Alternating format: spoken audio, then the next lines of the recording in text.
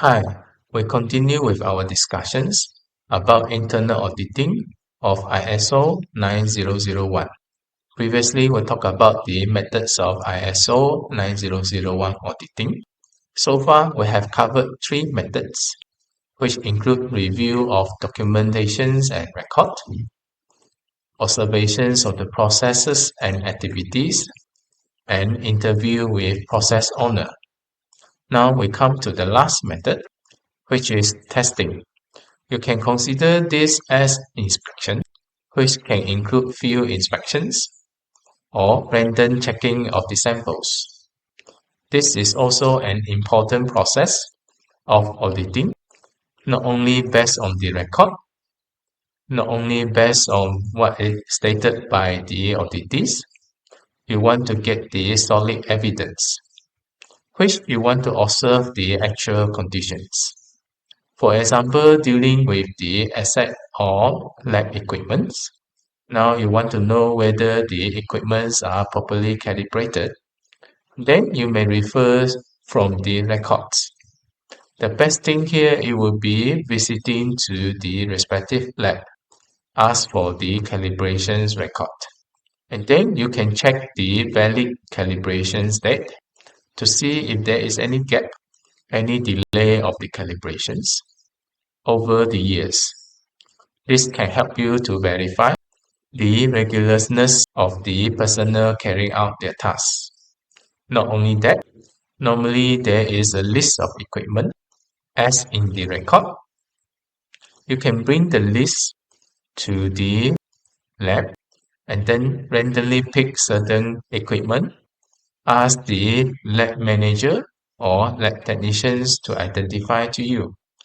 Make sure the equipments are present and the exact numbers of equipments are available. You don't have to check every single item. You can just simply randomly choose a few items in order to identify that. Now, regarding the maintenance, for example, you want to make sure the equipments are well maintained. You can ask for the maintenance record as well as the maintenance schedule. From there, you will identify which equipments are currently under maintenance. Then you can monitor their maintenance status. You can even go one step further to test those equipments not under maintenance, asking the technicians to turn on the equipment to ensure it is properly functional. You might have heard about a lot of feedback stating that ISO is only looking into documentations, which is actually not true because the main purpose here is looking into the processes and activities. And you know that people can easily manipulate the document so that it looks good. Now, if you perform testing, this can be a very good verifying tool. If the lab is not properly managed, no matter how good your documents are, you will be able to identify something. Based on my personal experience, if you do serious inspections, you will see a lot of things. The item list not properly updated. The actual locations of the item is not the same as what is written in the document.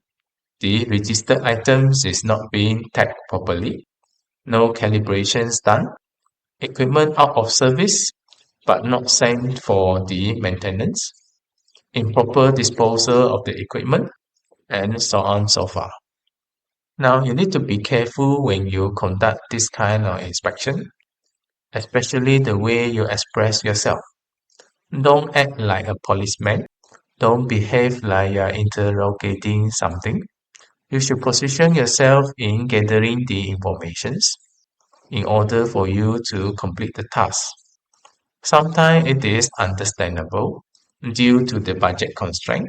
The department has prioritized the maintenance of certain equipment over the others.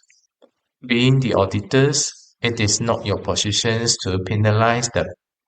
What you need to do here is you just report your observations and then leave it to the department to decide. Sometimes these things may not be our way, by their department's head out of so many operations and the wide coverage of their responsibility. Therefore, this auditing practice is actually good for the head of department to know what's actually happening in their operations. Now, remember when you do these inspections, it should be in the presence of the auditees. You should not do it alone. And let's say if you want to test whether the equipment is functional, you are not encouraged to operate yourself. You can ask the lab technicians to turn on and demonstrate it because you don't want to be responsible or taking liability over the damages due to improper handling of those equipment. And then when you have the relevant personnel accompany you, they will serve as the witness during auditing. Any observations or clarifications, you can verify with them on the spot. Don't accuse and don't position yourself by giving commands or orders. It will be more towards seeking their assistance for you to complete your auditing tasks. With that, we have covered all 4 common methods used during auditing. And what you see here, normally we will not use only one method, as each of them have their applicable situations as well as their limitations. Now it will be up to you.